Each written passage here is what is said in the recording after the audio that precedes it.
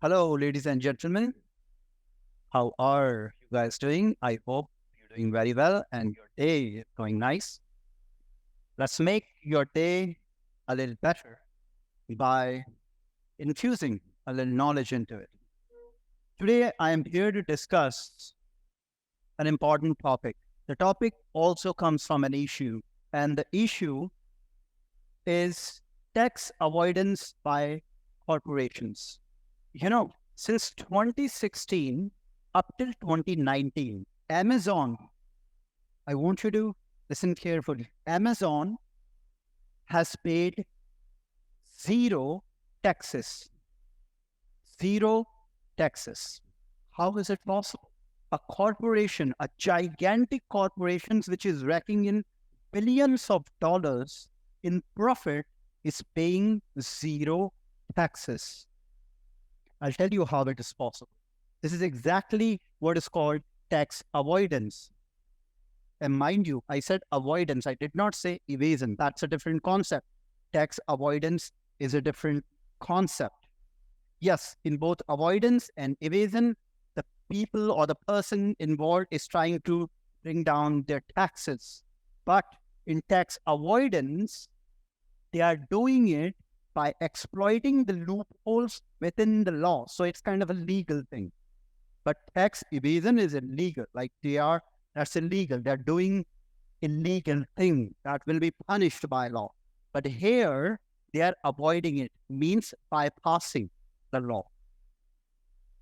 Now, one of the ways these corporates do it, they do it by taking advantage of different tax rates in different countries. तो मान लीजिए Ireland और America, USA, दो countries. Amazon US में काम करती है, US में ही उनका सबसे बड़ा बेस है, लेकिन अमेजॉन आयरलैंड में भी काम करती है, वहां भी अमेजॉन की सब्सिडरीज हैं, बल्कि अमेजॉन खुद भी एग्जिस्ट करती है, वहां भी एग्जिस्ट करती है. यूएस में पेरेंट कंपनी है, बाकी जगह पे उनके बिजनेस हैं. अब अगर अमेजॉन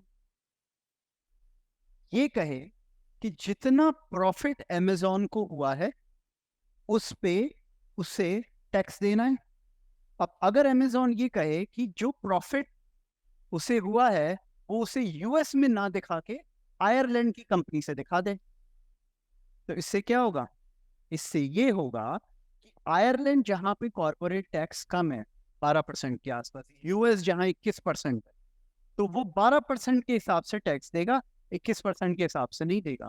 और ये आप अच्छी तरह से जानते हो ये कितना ईजी है बड़ी कंपनियों के लिए करना. लोग तो शेल कंपनी बना के, शेल कंपनी का मतलब होता है कि एक तरीके से नकली कंपनी ऑन पेपर बना के किसी भी ऐसी जगह जहाँ पे टैक्स रेट्स कम है वहाँ पे शेल कंपनीज बना देते हैं, प्रॉफिट कमाते हैं एक कंट्री में, और जो जिस कंट्री में वो शेल कंपनी होती है उसकी बुक्स में वो प्रॉफिट दिखा देते हैं. शेल कंपनीज जनरली कहाँ होती है? टैक्स हेवन्स में. टैक्स हेवन्स मतलब वो कंट्रीज जहाँ पे टैक्स के लॉज इस तरीके के हैं कि या तो टैक्स लिया ही नहीं जाता या बहुत कम टैक्स लिया जाता है, तो वो शेल कंपनीज खोलते हैं वहां जाके. और वो मान लीजिए इंडिया में बिजनेस कर रहे हैं, लेकिन वो जाके बहामास में अपना सारा प्रॉफिट दिखा देते हैं. बहामास में टैक्स देना ही नहीं होता कॉर्पोरेट टैक्स, तो बच गए टैक्स से. इस तरीके से ये बड़ी बड़ी कंपनियां, अमेजॉन का तो एक एग्जांपल है, बड़ी बड़ी कंपनियां पूरी दुनिया में, इंडिया में भी टैक्स को अवॉइड करती है. अब ये एक समस्या पूरी दुनिया के सामने. इस समस्या से कैसे बाहर निकला जाए, उसी का जो सोल्यूशन है, उस सोल्यूशन हमें प्रेजेंट किया गया है global minimum tax, AKA global minimum corporate tax के रूप में. इसमें क्या होगा कि ग्लोबल मिनिमम कॉर्पोरेट टैक्स उस लूप होल को भर देगा. वो लूप होल क्या है? एक कंट्री ए में टैक्स रेट कम है और कंट्री बी में टैक्स रेट ज्यादा है, तो कंट्री ए में आप अपना प्रॉफिट दिखा दो तो आपको टैक्स रेट कम देना पड़ेगा. इस लूप होल को ग्लोबल मिनिमम टैक्स या ग्लोबल मिनिमम कॉर्पोरेट टैक्स भर देगा. तो अभी तक आपने देखा ये टैक्स अवॉइडेंस होता कैसे है, क्योंकि डिफरेंट कंट्रीज है, हर कंट्रीज का अपना टैक्स लॉ है, तो वो उस हिसाब से जिस कंट्री में टैक्स रेट कम होता है उस कंट्री में जाके अपना प्रॉफिट दिखा देते हैं। क्योंकि जो कॉर्पोरेट टैक्स होता है, ये भी आपको ध्यान रखना है, कॉर्पोरेट टैक्स प्रॉफिट पे लगता है। तो आप कहीं भी बिजनेस करो, जहां आप अपना प्रॉफिट शो करोगे वहीं टैक्स देना पड़ेगा। तो आप तो उसी कंट्री में जाके शो करोगे ना जहां पे टैक्स रेट कम है। तो ये इश्यूज बहुत ज्यादा बढ़ जाएंगी, इतनी ज्यादा बढ़ गए हैं कि बहुत डिफरेंट डिफरेंट ग्रुप्स हैं, डिफरेंट डिफरेंट रिसर्चर्स में निकल के आया है कि वर्ल्ड इकोनॉमी को लगभग 150 से 200 बिलियन डॉलर का नुकसान हो रहा है टैक्स रेवेन्यू के रूप में। तो अब हम देखते हैं कि ये जो ग्लोबल मिनिमम टैक्स है ये है क्या। A global corporate minimum tax is a proposal to impose a minimum rate of taxation on corporate income in most countries of the world by international agreement. ये 2021 में इसके ऊपर एग्री की है 136 कंट्रीज, और अभी तक ये इफेक्ट में नहीं आया है। 2023 में इफेक्ट में आना था, लेकिन अभी तक इफेक्ट में नहीं आया है। 2024 में हम उम्मीद कर रहे हैं कि ये इफेक्ट में आ जाएगा। The proposal was designed to discourage tax motivated profit sharing and tax based erosion by multinational corporation। देखिए, टैक्स मोटिवेटेड प्रॉफिट शेयरिंग जिसकी हम बात कर रहे थे, कि टैक्स से मोटिवेट होके आपने प्रॉफिट वहां दिखाया जिस कंट्री में वो कम था, जिस कंट्री में टैक्स रेट कम था। अब इसमें हमें इसकी जरूरत क्यों पड़ी? अभी हमने देखा ब्रीफ में कि हमें इसकी जरूरत इसलिए पड़ी कि लार्ज मल्टीनेशनल कॉरपोरेशंस ये बड़ी चालाकी के साथ लॉज का इस्तेमाल करते हुए, डिफरेंट टैक्स रेट्स का इस्तेमाल करते हुए बड़ी चालाकी के साथ लगभग 150 से 200 बिलियन डॉलर का टैक्स इवेड कर रहे हैं। इसलिए हमें इसकी जरूरत पड़ी। एक एग्जाम्पल से आपको समझाया हुआ है, देखिए यहाँ पे कि an American company like Apple, for instance, can avoid paying high taxes in the United States by declaring its profit as belonging to a subsidiary company in Ireland where tax rates are lower। ये Apple का एक example है। ऐसा example आप जितनी multinational companies है उनमें से अधिकतर मल्टीनेशनल कंपनीज के ऊपर ये आप एग्जाम्पल लागू कर सकते हैं।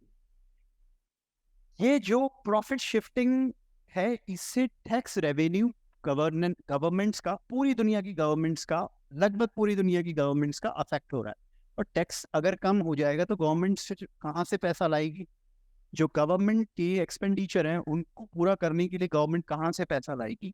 और जो हमारे लिए डेवलपमेंटल स्कीम्स चलती हैं, जो कंट्री के लिए इंफ्रास्ट्रक्चर बनता है, वो सब सफर करता है। So this is an important issue. Multinational corporations need to pay their fair share. That's the cry right now in the world. अब OECD PEPS मॉडल, तो ये टैक्स के अवॉइडेंस की आज से तो हुआ नहीं है, टैक्स का अवॉइडेंस बहुत पहले से चल रहा है। अब इस टैक्स अवॉइडेंस को रोकने के लिए OECD, ये OECD क्या है? Organisation for economic cooperation and development. ये OECD एक ग्रुप ऑफ कंट्रीज हैं, इसमें 36-37 कंट्रीज हैं। मोस्टली वो कंट्रीज जो फ्री मार्केट इकोनॉमी में बिलीव करते हैं वो इसके मेंबर्स हैं, उनका संगठन है ये। इनका काम है कि इकोनॉमिक डेवलपमेंट, सोशल डेवलपमेंट से रिलेटेड जो है पॉलिसीज बनाना।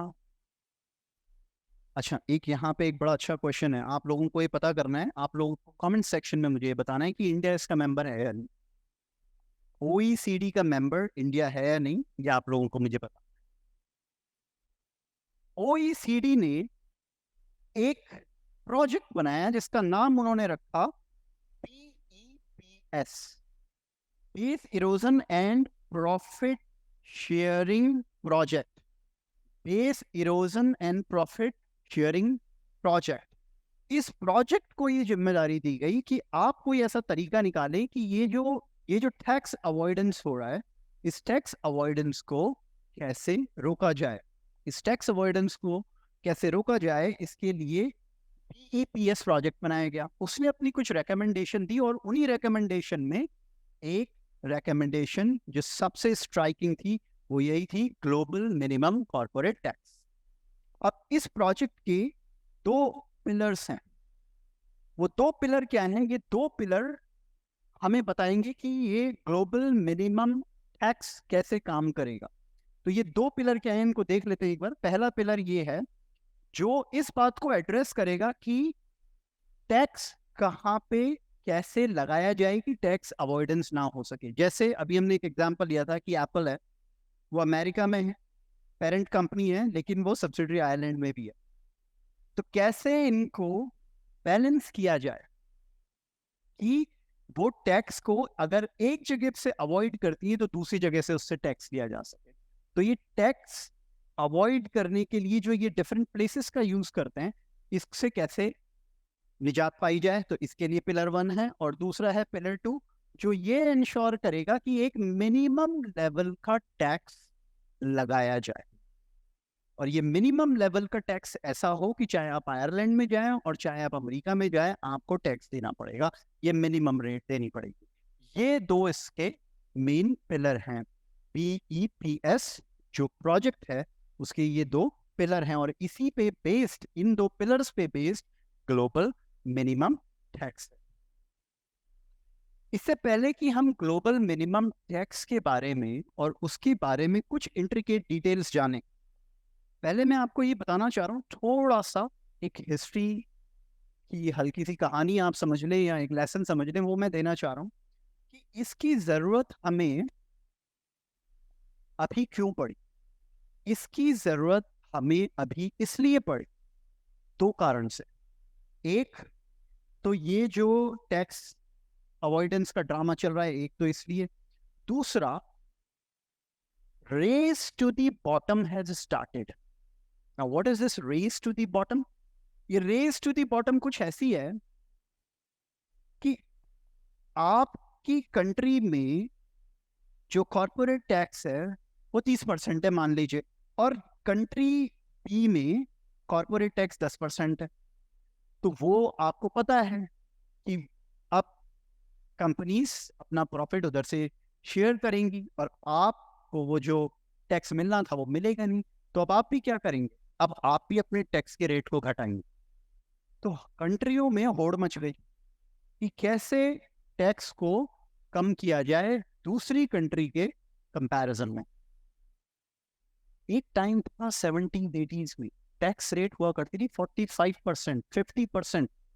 ये tax rate global corporate taxation लगता था। आज अगर आप पूरी दुनिया में, if you take in today the whole, मतलब डिफरेंट कंट्रीज में डिफरेंट डिफरेंट कॉर्पोरेट टैक्सेशन है, लेकिन आप एक एवरेज भी ले तो 23% टैक्स लगता है। एक टाइम ऐसा था जब ये 40% तक था, लेकिन ये ड्रॉप होता होता आज कम होके 25% तक एवरेज, ग्लोबल एवरेज 23 से 25% के बीच में आ गया। ये कैसे पॉसिबल हुआ है? ये इसीलिए पॉसिबल हुआ है कि ये जो रेस टू द बॉटम है ना, ये जो होड़ लगी है कंट्रीज में, ये कैसे अट्रैक्ट किया जाए दूसरी कंट्री को अपने यहाँ पे, कैसे अट्रैक्ट किया जाए किसी बड़ी मल्टीनेशनल को अपने यहाँ पे। इसी होड़ के चलते उन्होंने अपनी टैक्स की दरों को कम किया है। इन 2 कारण की वजह से, रेस टू द बॉटम और टैक्स अवॉइडेंस, इसकी वजह से right now it's high time that we do something about it. We are talking about global minimum tax. अभी जो एग्रीमेंट है, जिन 2 पिलर्स की हमने बात की है, उसकी थोड़ी सी डिटेल को देख लेते हैं। इसमें सबसे पहले तो क्या है, टॉपअप की बात की गई। ये बड़ा इंपॉर्टेंट है। ये जो टॉपअप की बात की गई है, ये टॉपअप बड़ा इंपॉर्टेंट है। ये टॉपअप क्या है, ये बड़ा इंटरेस्टिंग है, इसको समझना ध्यान से। ये टॉपअप कुछ इस तरीके का है कि मान लीजिए अमेरिका, आयरलैंड, 2 कंट्रीज। अमेरिका में जो टैक्स है, कॉर्पोरेट टैक्स, वो अभी इमेजिन कीजिए, मानिए वो 10%, और आयरलैंड में वो कितनी है? आयरलैंड में वो है 5%। अब ग्लोबल मिनिमम टैक्स के अंदर ये बात उन्होंने लिख दी है कि मिनिमम आपको 15% टैक्स देना पड़े, मिनिमम आपको 15% टैक्स देना पड़ेगा। ग्लोबल कॉर्पोरेट कॉर्पोरेट टैक्स जो है वो 15% होगा मिनिमम। तो अगर आपने मान लीजिए 15%, अमेरिका में 15% है और 5% है आपकी आयरलैंड में, तो आप तो अपना प्रॉफिट आयरलैंड से दिखाएंगे, और जब आप अपना प्रॉफिट आयरलैंड से दिखाएंगे तो वो जो 10% की रेट का आप अप्लाई कर रहे हैं उसका क्या होगा। इसके अंदर इस पिलर में ये लिखा है कि टॉप अप जो पेरेंट कंपनी है, जैसे अमेरिका है, अमेरिका में आपने 15% दिया, आयरलैंड में आपने 5% दिया, तो अब जो ये 10% का जो डिफरेंस है इसको as a top up America आपके प्रॉफिट के ऊपर ले लेगी। और अगर आपने पेरेंट कंपनी में मान लीजिए कम है टैक्स की दरें और दूसरी कंट्री बी में जो है टैक्स की दरें ज़्यादा है, तो जो डिफरेंस है उसको दूसरी कंट्री, क्योंकि पेरेंट कंट्री में तो कम है टैक्स की दरें, अब जो दूसरी कंट्री है वो टॉप अप करके वो आपसे टैक्स रेट ले लेगी। तो सिंपल सी बात है, अगर आप कंट्री ए में यहाँ पे हैं टैक्सेशन में, कंट्री बी में यहाँ पे हैं टैक्सेशन में, इसको ऐसे नहीं रहने दिया जाएगा। क्यों? क्योंकि अब एक मिनिमम टैक्स आ गया है, वो मिनिमम टैक्स कितना है 15%, तो अब इसको यहाँ उठा लिया जाएगा। और अगर आप यहाँ पे नीचे हैं तो ये कंट्री टैक्स लगा के इसको उठा लेगी। तो ये जो टॉपअप का जो सिस्टम इन्होंने लेके आए हैं उससे ये टैक्स अवॉइडेंस रुकेगा। अब इसको देखिए जरा एक बार, It backstops the corporate tax rate at 15% across the world, by letting governments impose a top-up tax on home companies that pay lower than 15% tax on profit they declare abroad. तो 15% से अगर आपने कम प्रॉफिट डिक्लेयर किया हुआ है वहाँ पे, 15% से कम टैक्स अगर आपके प्रॉफिट पे लगा है, तो वो पेरेंट कंपनी आपसे वो डिफरेंस ले लेगी। और ऐसा यहाँ पे भी है होगा, अगर पेरेंट कंपनी है जिस कंट्री में, अगर वहाँ पे कम है तो जो दूसरी कंट्री है वो आपसे टॉप अप करके वो टैक्स ले लेगी। तो ये एक बड़ी इंटरेस्टिंग चीज इन्होंने की है और इससे ये रुकेगा। दूसरा, two important pillars were there, right? So now to stop those two things, what did they do? Revise. Number one, you have to pay a minimum tax rate. Number two,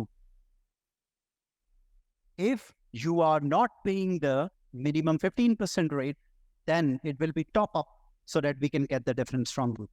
तो इस तरीके से इन दो पिलर्स के साथ ये tax avoidance रुकेगा।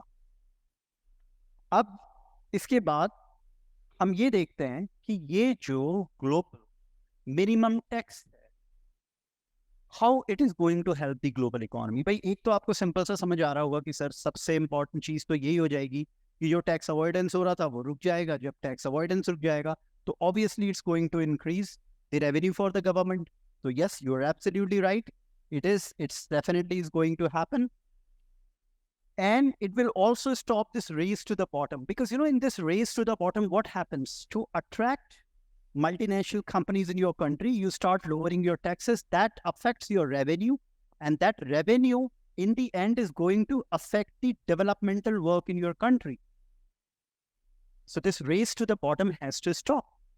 So this is definitely going to help in stopping this. And they believe that this will shore up tax revenues and help the government to invest in social development. तो जो आम आदमी है उसको सुविधाएं अच्छी मिलेगी, इंफ्रास्ट्रक्चर अच्छा होगा, हेल्थ एजुकेशन सेक्टर में इन्वेस्टमेंट बढ़ेगा, अच्छी बात है। अब आपको लग रहा है इश्यूज विद इट, आपको ये लग रहा होगा कि इश्यूज क्या हो सकते हैं, क्या इश्यू हो सकते हैं। अच्छी चीज है, टैक्स लगाओ, पैसा लो। जो लोग वो टैक्स को अवॉइड कर रहे थे वो टैक्स हम उनसे पैसा वापस ले रहे हैं उनसे, उसमें इशू क्या होगा? इशू है, ध्यान से सोचिए। इनफैक्ट एक चीज मैं आपको यहाँ पे बताना चाहता हूँ, यूपीएससी के लिए अपने अंदर एक क्रिटिकल एनालिसिस का एलिमेंट डेवलप कर लो। कोई भी इशू हो, कोई भी चीज, कोई भी कॉन्सेप्ट, कोई भी न्यूज अगर आप पढ़ रहे हो, उसकी दोनों साइड आपको पता होना चाहिए, प्रोस एंड कॉन्स दोनों पता होना चाहिए। ऐसे टॉपिक्स जिनमें आपको लग रहा है सर इनका तो कोई कॉन्स हो ही नहीं सकता, उनके भी आप डेप्थ में पढ़िए, उनको आप उस क्रिटिकल ब्रेन के साथ पढ़िए कि आपको ये लगेगा कि उसका भी कौन है.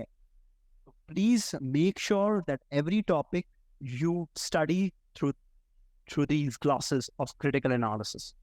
इसमें इशू क्या है? देखो, इसमें पहला इशू तो ये है कि it impinges on the right of sovereign nation to decide a national tax policy. जो नेशन होते हैं उनका ये सॉवरेन राइट है कि वो जितना मर्जी टैक्स लगाएं. अब अगर ग्लोबल मिनिमम टैक्स आ जाएगा तो रेट फ्लैट हो गई. आपने देखा था पिलर में 15% टैक्स लगाया जाएगा मिनिमम. तो अगर कोई कंट्री 10% लगाती है, वो लगा ही नहीं सकती क्योंकि वो इफेक्टिव ही नहीं होगा. वो दूसरी कंट्री वो टॉप अप करके वो टैक्स ले लेगी उससे, कंपनी से. तो ये इम्पिंज करता है जो सॉवरेन राइट्स है उसके ऊपर. दूसरा, a global minimum rate would essentially take away a tool that countries use to push policies that suits their revenue generation. Countries का रेवेन्यू जनरेट करने का तरीका ही क्या होता है? रेवेन्यू, मेनली रेवेन्यू कहाँ से आता है? कंट्रीज के पास टैक्स से आता है. और वो किसी मल्टीनेशनल को अपने यहाँ अट्रैक्ट करना चाहती हैं और उससे वो टैक्स लेना चाहती हैं, तो अपने यहाँ पे टैक्स रूल्स को ऐसा रखती हैं, टैक्स रेट्स को ऐसा रखती हैं कि मल्टीनेशनल अट्रैक्ट होके वहां जाए. अब अगर आपके पास वो राइट रहेगा ही नहीं और देयर इज 15% मिनिमम है, तो जो वो आपका एक इम्पॉर्टेंट टूल था जिससे आप मल्टीनेशनल्स को अट्रैक्ट करते थे, वो खत्म हो गया. तो ये एक प्रॉब्लम है. नॉन प्रॉफिट और Oxfam, non-profit organization Oxfam International has criticized the deal, arguing that the minimum corporate tax rate of 15% is in fact too low. मैंने भी आपको बताया कि जो अभी आप देखें कि जो ग्लोबल कॉर्पोरेट टैक्स है ऑन एन एवरेज वो 23 से 25% के बीच में. यहाँ तो मिनिमम 15% की बात हो रही है. तो अगर 15% फ्लैट हो गया मान लीजिए, तो 15% तो बहुत कम है. अभी के लिए अगर आप देखें, एक इम्पॉर्टेंट डिबेट इकोनॉमिक सर्कल्स में क्या होती है कि multinational has to be taxed. Multinational tax ही नहीं दे रहे हैं, उनके ऊपर और टैक्स लगाया जाए ताकि वो पैसा सोसाइटी के डेवलपमेंट में खर्च हो सके. तो अभी जब एवरेज ग्लोबली एवरेज वो 23-25% टैक्स देते हैं, फिर यहाँ तो 15% ही टैक्स होगा, तो बल्कि टैक्स रेवेन्यू ग्लोबली कम हो जाएगा. ये ऑक्सफैम का मानना है. इसके बाद एक और क्रिटिसिज्म हम देखते हैं. It has also argued that most of the tax collected under the new setup will go to rich countries and widen inequality between countries. ये बड़ा इंटरेस्टिंग है. आप इमेजिन कीजिए कि बहामास में भी 15% कॉर्पोरेट टैक्स है और यूनाइटेड स्टेट्स में भी 15% टैक्स रेट है. आप एक मल्टीनेशनल कंपनी चलाते हैं, आप कहाँ पे जाएंगे अपनी कंपनी लेके? आप वहां जाएंगे जहां का इंफ्रास्ट्रक्चर बेस्ट है. और डेवलप्ड कंट्रीज के पास ये एडवांटेज है कि उनका इंफ्रास्ट्रक्चर दुनिया में सबसे बेस्ट है. तो फिर जो स्मॉल कंट्रीज थी, जो टैक्स रेट को यूज करके मल्टीनेशनल्स को अपने अट्रैक्ट करती थी, वो लूज कर जाएंगी. तो ये एक इसका डिसएडवांटेज है. तो ये आपने कुछ इश्यूज देखे. अब in the end I would like to encourage you, after watching this video, to sit down and think about it. Which way are you leaning? Should we have this? Should we not have this? If we have it, is the 15% enough? Do we need to increase it more? This is something that you need to think about. But I'll give you a hint. I'll give you a little hint in the end. I'll leave you with this hint. If multinational corporations do not pay their fair share, if they are paying lower taxes, that does not help the society, because that takes away the government's main revenue. अब जब सरकारों के पास पैसा आना कम होगा, अभी America का एक एग्जाम्पल देखिए ना. अमेरिका में बाइडन है. बाइडन वहां पे अमेरिका के इंफ्रास्ट्रक्चर को और इम्प्रूव करना चाहते हैं. इसके लिए जब उन्होंने अपने सलाहकारों से बात की, उन्होंने कहा सर मिनिमम 28% टैक्स लगाना पड़ेगा हमें मल्टीनेशनल कॉर्पोरेशंस पे, तब जाके पैसा आएगा, तब जाके फंड आएगा. तो अब आप ये देखिए, ये जो when we talk about economy, we talk about not only global growth, but we talk about global development. उसी के चश्मे से आप इसको देखें कि पूरे विश्व के आर्थिक विकास के लिए क्या ज़रूरी होगा. I thank you all for listening to me. I wish you all the best for your preparation, and I will be back with another video. Thank you so much, and have a wonderful day.